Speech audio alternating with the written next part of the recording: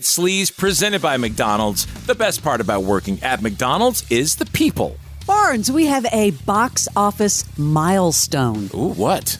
Guess who got into the $1 billion club? Deadpool's already there? Billion already? This is unbelievable. So this could be the biggest movie of all time? Let me just say, probably of the R-rated movies of all time. Because 1.1 billion was Exorcist. Because it's still number one at the box office over the weekend, 54.1 million. And I have to say, I saw the first Deadpool, so Lanny and I watched Deadpool 2 over the weekend.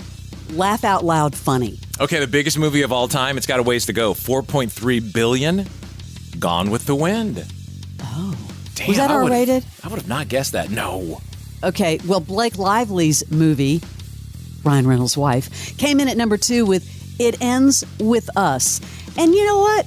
Ryan just couldn't help himself. He had to get in on the action. So this is really funny. I think it was Vanity Fair variety of one of them where her co-star in her movie, Brandon Skellner, he got interviewed by one Ryan Reynolds. Yeah, it was funny. He slipped in the junket, which is where they have, like, you just have one person after the other, and all of a sudden the dude comes in and it's Ryan Reynolds. Totally slipped in. That's funny. It's not every day the husband gets to interview his wife's love interest in a film. It's kind of crazy. I don't remember seeing this on the schedule. Let's dive in, shall we?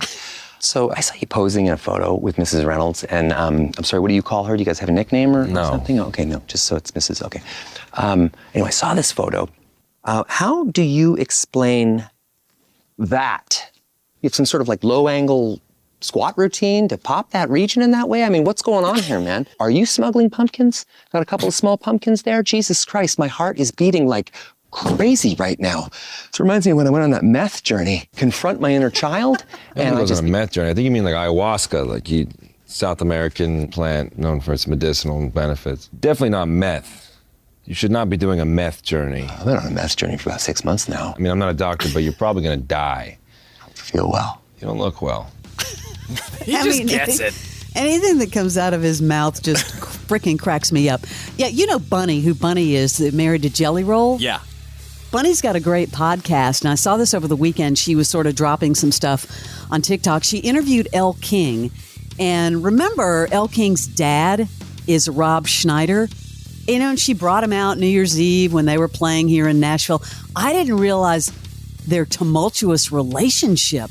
Check this out. I did not either. This was shocking to hear how much. You think it's going to end, and she just keeps going. I go for like 4 or 5 years without talking to my dad. Put out my record, and people finally started asking about my dad. My dad called me and was like, don't talk about me in the press. I was like, if I would ever spend a summer with my dad, it would be on a movie set. I would just get lost in the shuffle. If I ever messed up a shot, if I ever was talking, like I would get in trouble. Did you ever feel like you guys could connect, or it was just more of like... Not till I was much, much older. I was like a really, really heavy child. My dad sent me to fat camp, and then I got in trouble one year because I sprained my ankle and I didn't lose any weight. Very toxic and very silly. I had already started getting tattooed, and it was like 108 degrees. So I was having to wear sweaters because my dad was like very anti-tattoos or like any form of self-expression that differed from what he wanted. I disagree with a lot of the things that he says.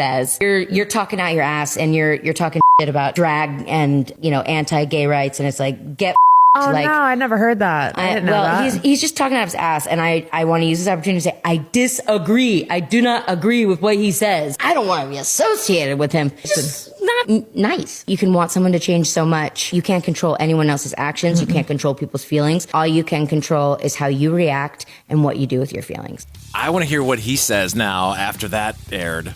There's another segment where she talks about how he sent her to a fat camp. Well, she just told her mentioned she was right fat. there. Yeah, and then but she goes into it in detail. Wow. It's crazy. So Barnes, have you ever gone to a casino, won a lot of money, and then got arrested? I have done the first part. I try to keep quiet after that. So no, not arrested. This story's crazy. Nelly, last week, you may have seen it. He was at the Hollywood Casino in St. Charles, Missouri. He won $50K. That I didn't do. Casino security ran a little background check and discovered an outstanding arrest warrant. Turns out he was driving without insurance, got cited and didn't address it, and then they found maybe like 4 ecstasy pills when they patted him down. Dude, So he got arrested. come on. Then he got out. And by the way, he doesn't really care. He showed up over the weekend. Machine Gun Kelly had MGK Day. He was there, jumped up on stage. Yeah. Well, that was a nice little promotion for him. A nice little, you know what I mean? Like all wrapped up. You get $50K. He's got bond money on him. Not laying low. He's got the $50K. That is your Celebrity Sleaze.